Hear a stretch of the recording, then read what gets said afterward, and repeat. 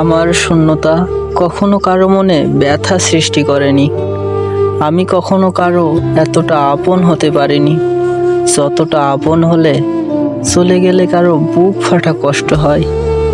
চেষ্টা করেছি অনেক নিজেকে উজাড় করে দিতে, কিন্তু কখনোই এতটা নিজের করে নিতে পারিনি যতটা নিজের করে নিলে আমার জন্য কেউ কান্না করতো, আমার খালি জায়গাটা কাউকে পোড়াতো।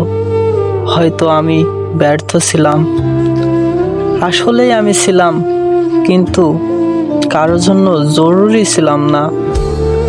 আমি ভালো থেকেছি ভাঙা মুখে হেসে, তবুও কখনো কেউ বোঝার চেষ্টা করেনি এই হেসে যাওয়া মানুষটার পেছনে একটা মানুষ দিনে দিনে শেষ হয়ে যাচ্ছে, তিলে তিলে কষ্ট পেয়ে শেষ হয়ে যাচ্ছে।